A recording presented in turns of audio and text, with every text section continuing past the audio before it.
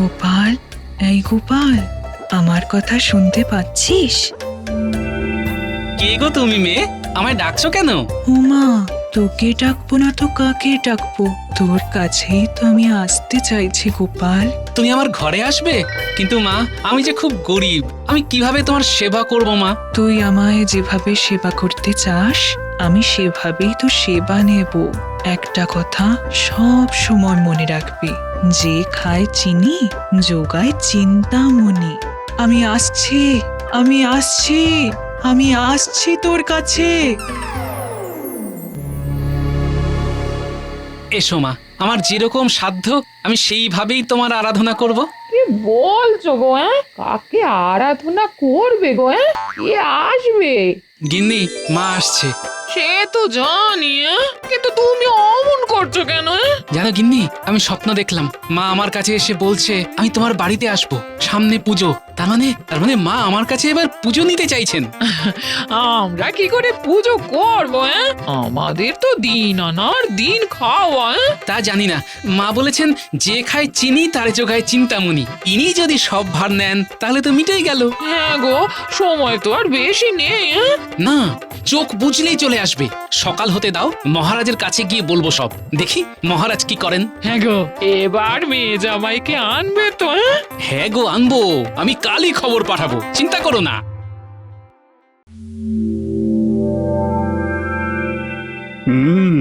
আজ সকালে ঘুম থেকে উঠে মনটা কেমন ফুরফুরে হয়ে গেল। কেন মহারাজ? বলি মন্ত্রী, তোমার চোখে কি নেবা হয়েছে? প্রকৃতির পরিবর্তন তোমার নজরে এলো না? দেখছো না, নীল আকাশ আর সাদা মেঘের ভেলা। হ্যাঁ, তা তো দেখছি। তাতে কি হলো মহারাজ? না মন্ত্রী না, তোমার না কোনো জ্ঞান গম্যই নেই। প্রকৃতির পরিবর্তন, তার মানে মা আসছেন, আর সেটাও তোমার চোখে পড়ছে না। হ্যাঁ মহারাজ, সেটা ঠিক। মহারাজ, আমার মনটাও না আজ খুব ফুরফুরে আছে।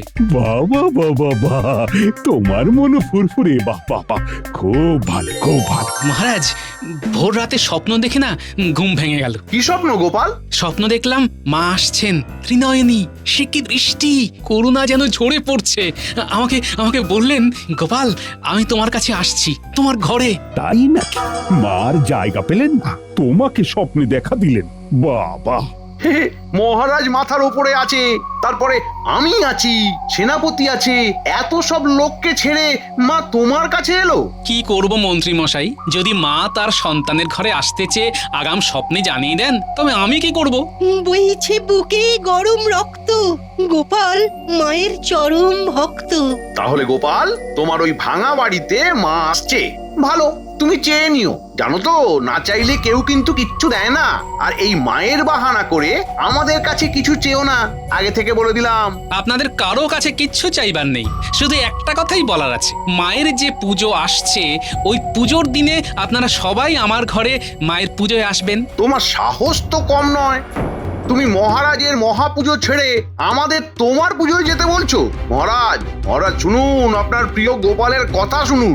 গোপাল আপনার সমকক্ষ হতে চায়। গোপাল, এই ছিল তোমার মনে? তুমি তো নিজেই কপোলতখিন, এর মধ্যে তুমি করবে মহাপুজো? তা কি করে করবে? মহারাজ, আমি একটা কথাই জানি, যে খায় চিনি তারে যোগায় চিন্তামণি। তাহলে ওই চিন্তামণির খোঁজেই যাও। ওই চিন্তামণির খোঁজে আমাকে যেতে হবে না মন্ত্রী মশাই, চিন্তামণিই আমাকে খুঁজে নেবে।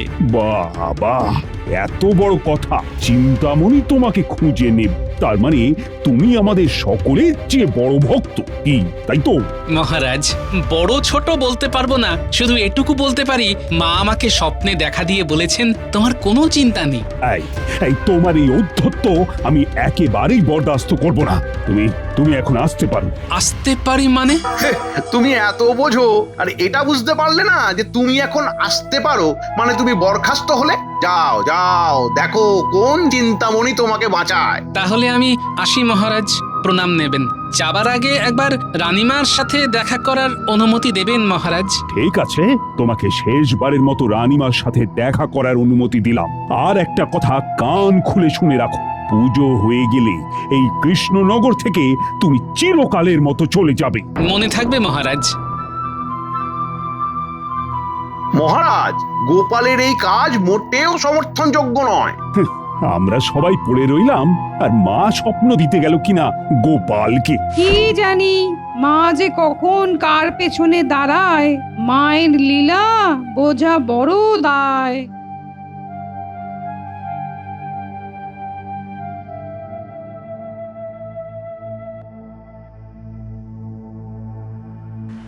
রানীমা, ভেতরে আসতে পারি?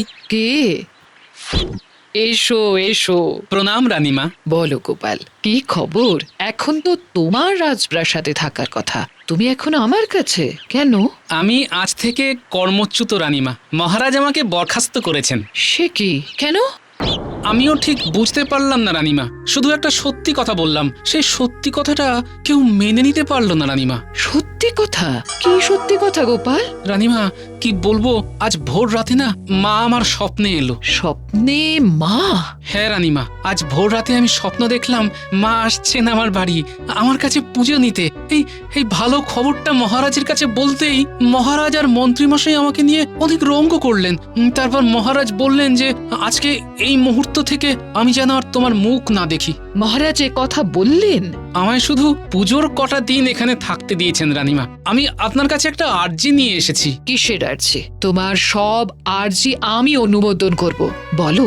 আমাকে তো মহারাজ ত্যায্য করলেন রানীমা, আমার বাড়ির পুজোয় আপনি আসবেন, কিন্তু আমি আর কাউকে চিনি না, আমি আপনাকে চিনি রানীমা। তোমার কোনো চিন্তা নেই গোপাল, আমি তোমার বাড়ির পুজোয় আসবো, তুমি কোনো চিন্তা করো না।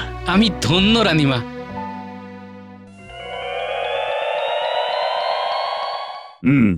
তাহলে এবার আমাদের রাজবাড়ির পুজো নিয়ে আলোচনা হোক। মানে পুজো তো এসে গেল, অমন্ত্রী পুজো নিয়ে কিছু ভাবলে?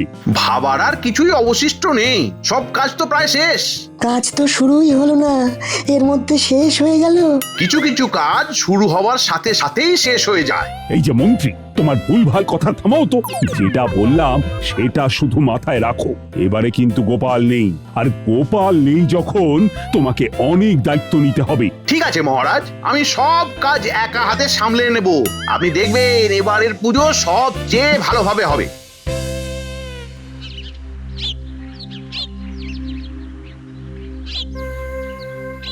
কি গো, ফিরে এলে যে? আমার রাজসভার কাজ শেষ হলো গিন্নি, মহারাজ আমাকে বরখাস্ত করেছেন। কি গো, তাহলে কি করে হবে? মহারাজ পারলেন তোমাকে এইভাবে বরখাস্ত করতে? কেন করলেন না? আমি স্বপ্নের কথা বলতেই মহারাজ আর মন্ত্রী আমাকে নিয়ে ব্যঙ্গ করতে শুরু করলেন। এবার কি হবে? কি করে মায়ের পুজো হবে?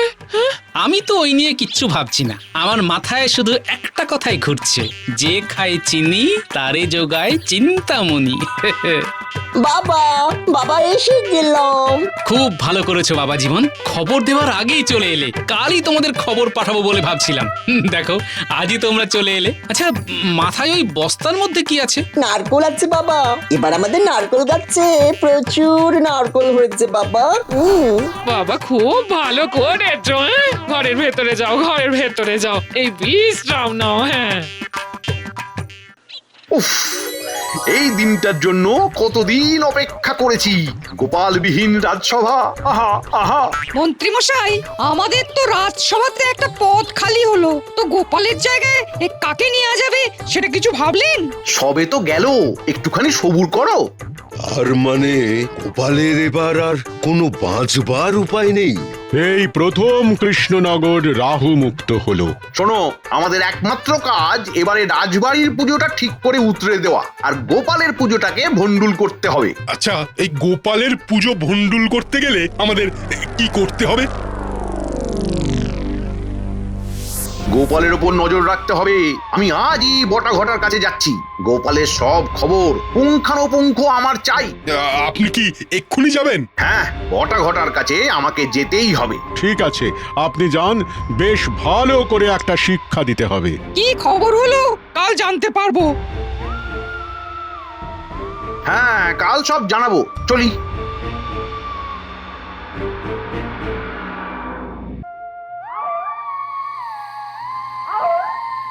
বলুন মন্ত্রী মশাই, এত রাতে কি ব্যাপার?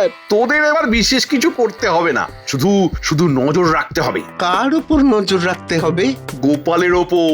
গোপাল কি করে, কোথায় যায়, কার সাথে কথা বলে, এই সব খবর আমার চাই। আমরা কি গোপালের পেছন পেছন ঘুরবো?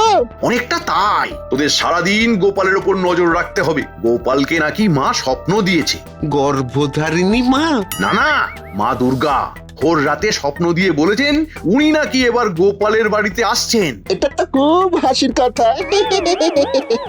মন্ত্রী মশাই, আমার তো হাসতে হাসতে পেট ফেটে গেল। মা তো লোক পেলেন না, শেষকালে গোপাল ভাঁড়ের বাড়িতে আসবেন। তাই না তাই? তাহলে এই নজর রাখার জন্য আমাদের কত করে সাম্মানিক দেবেন মন্ত্রী মশাই? দুটো করে মোহর প্রতিদিন। মোটে দুটো করে? ওটা 4 করুন, তাহলেই ভালো লাগবে। কি বলিস ঘটা? হ্যাঁ, এটা ঠিক বলেছিস। রাজকার্য বলে কথা। ঠিক আছে ঠিক আছে, তাই হবে। তাহলে কাল থেকে শুরু করে দে। তাহলে এখন দুটো করে মোহর অগ্রিম দিন।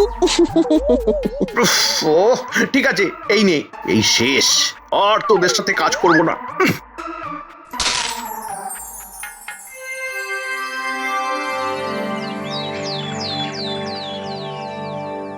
বাবা, আমার খুব পছন্দ ডাকের সাজের ঠাকুর। চোখ দুটো টানাও টানা, দেখলেই না কেমন ভক্তি আসে। ঠিক বলেছো বাবা। ওগো, এই নাও আমার জমানো কিছু মোহর। প্রতিমা বায়না দিতে যাচ্ছ, কুমোর তো অগ্রিম চাইবে। মা, আমিও কিছু মোহর এনেছি। শোন মা, ওগুলো পুজোর জন্য রাখ। যদি প্রতিমার দাম বেশি হয় তাহলে ঘট পুজো করে মাতৃ আরাধনা করব। চলো বাবা জীবন, আমরা মায়ের নাম করে বেরিয়ে পড়ি। ওরে পুঁটি, ন্যাপলা, গুলটে, তোরা ঘরে থাক, ঘরে অনেক কাজ আছে। ওই দেখো, বটা আর ঘটা গোপাল দাদুর পিছু নিয়েছে। পিছু নেওয়া বার করছি, চল তো এবার আমরা ওদের পিছু নেব। ও দিদা, একটা বড় দড়ি দাও তো, ওদের কায়দা করে এমন উল্টে ফেলবো না, ওরা তখন বুঝতে পারবে। আমাদের পুজোকে পণ্ড করা, আমিও তোদের সাথে আছি।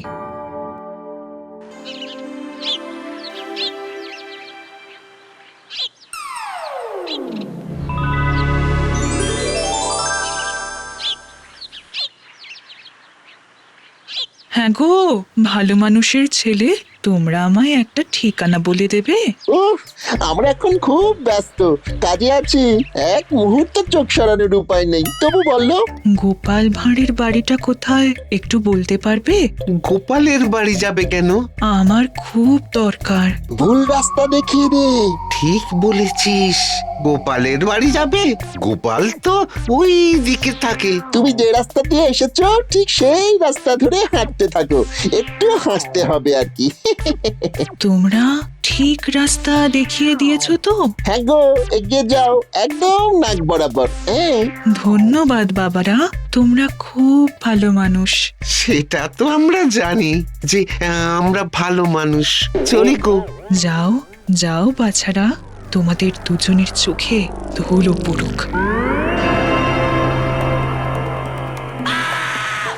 এই ঘটা, চোখে যেন কি পড়লো রে? উরি বাবা! আমারও পড়লো। ও রে বাবা রে, কি কি কি কড়কড় করছে? যারা অপরের ক্ষতি করতে চায় তাদের এই অবস্থাই হয়। থাক থাক এই অবস্থায়। কিছু শুনলি?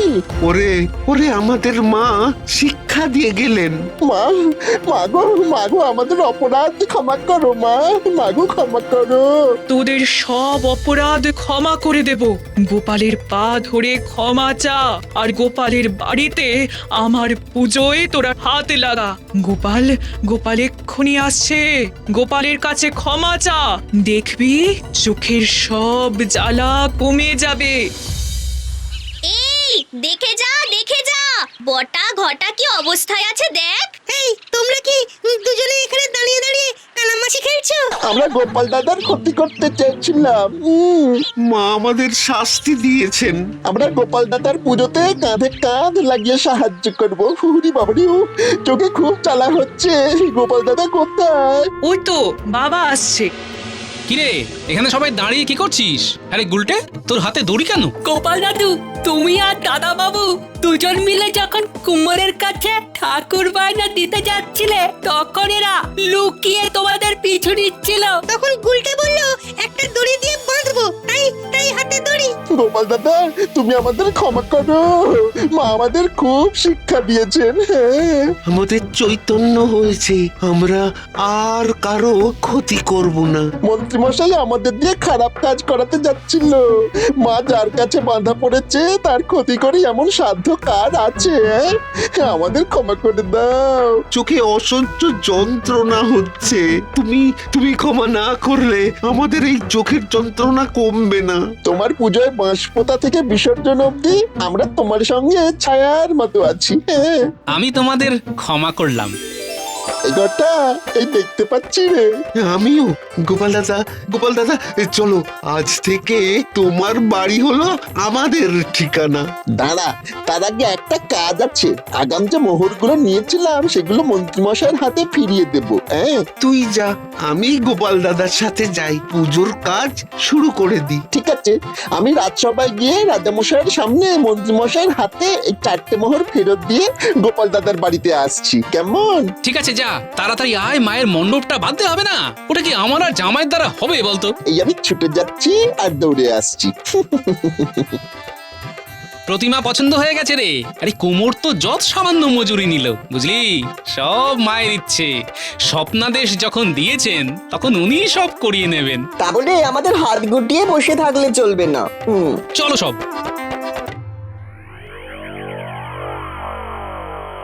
মহারাজ, এবারে পুজোয় এখানে থাকা হবে না মহারাজ। আমিও মহারাজ পুজোয় থাকবো না, আমি একটু নির্জনে নিরালায় বসে কাব্য চর্চা করব। সে কি, তো তোমরা না থাকলে আমার পুজোটা যে মলিন হয়ে যাবে।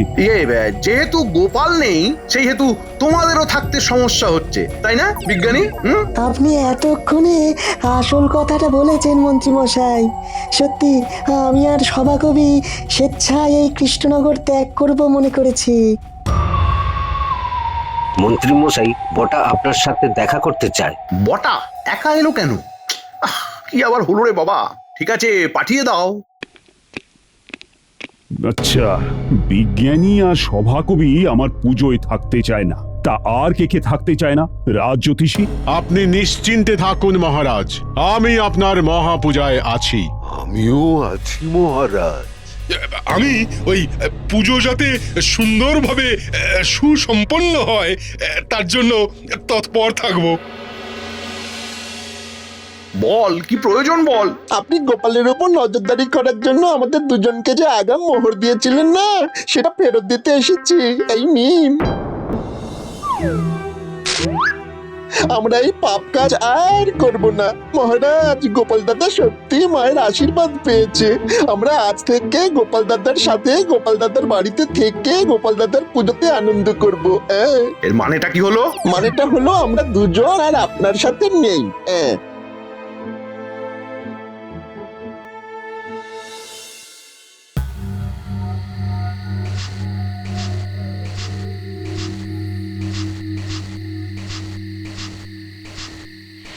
মহারাজ, আপনি কি করছেন সেটা বুঝতে পারছেন?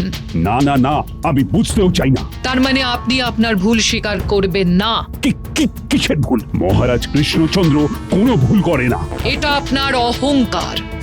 আমি রাজা, আর রাজার অহংকার থাকবে, এটাই তো স্বাভাবিক। অহংকার পতনের মূল, এটাও জানবেন মহারাজ। মানে একটা ভাঁড়ের কাছে আমি হেরে যাব? আপনি এটাকে যুদ্ধ হিসেবে নিচ্ছেন। আদৌ এটা যুদ্ধ নয় মহারাজ। রানী, এই বিষয়ে আর কোনো কথা এই মুহূর্তে আমার আর ভালো লাগছে না। ঠিক আছে, আমি চুপ করলাম আজকের মতো। কাল থেকে আবার আপনাকে অনুরোধ করব, আপনার এই মিথ্যে অহংকার ত্যাগ করুন মহারাজ।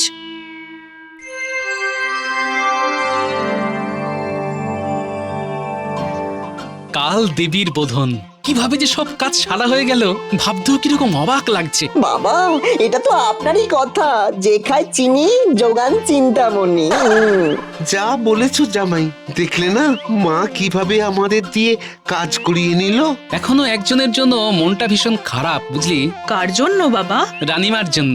রানীমা আমার পুজো না এলে আমার পুজো তো সম্পূর্ণ হবে না রে। আসবেন গোপাল দাদা, রানীমা ঠিক আসবেন। গোপাল দাদু, ও গোপাল দাদু, ঢাকিকে ঢাক বাজাতে বলো না, আমরা একটু নাচবো। ও ঢাকি ভাই, ঢাক বাজাও। পঞ্চমী থেকেই শুরু মাতৃবন্দনা। আরে কি সৌভাগ্য রানীমা, আমার ঘরে পায়ের ধুলো দিয়েছেন। এটা এখন মাতৃ মন্দির গোপাল, আমি এসে গেছি। তোমার এই পুজোটাতেই আমি প্রাণের ছোঁয়া পেয়েছি গোপাল। আসুন আসুন রানীমা, আসুন। হ্যাঁ, ওরে বাজা।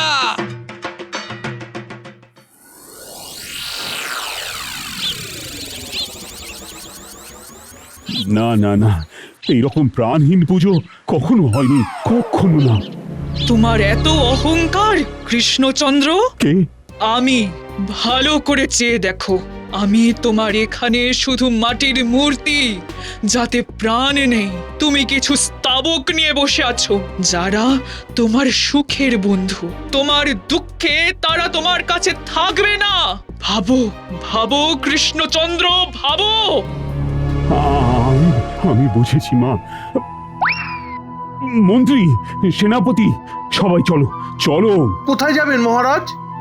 গোপালের বাড়ি।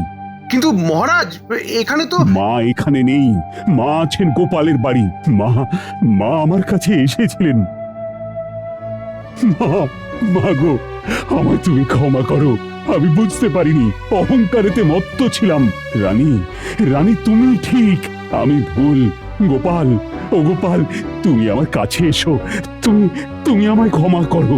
আপনি মহারাজ, আমি সামান্য একজন মানুষ, আমার কাছে ক্ষমা চাইবেন না মহারাজ। মা এবারে এলেন, সব হিংসা ছেড়ে এবার আমরা মেতে উঠি মায়ের আবাহনে। জয় মা দুর্গা, দুর্গতি নাশিনী। সব বিপদ থেকে আমাদের সব প্রজাদের তুমি রক্ষা করো মা। জয় মা, জয় মা দুর্গা।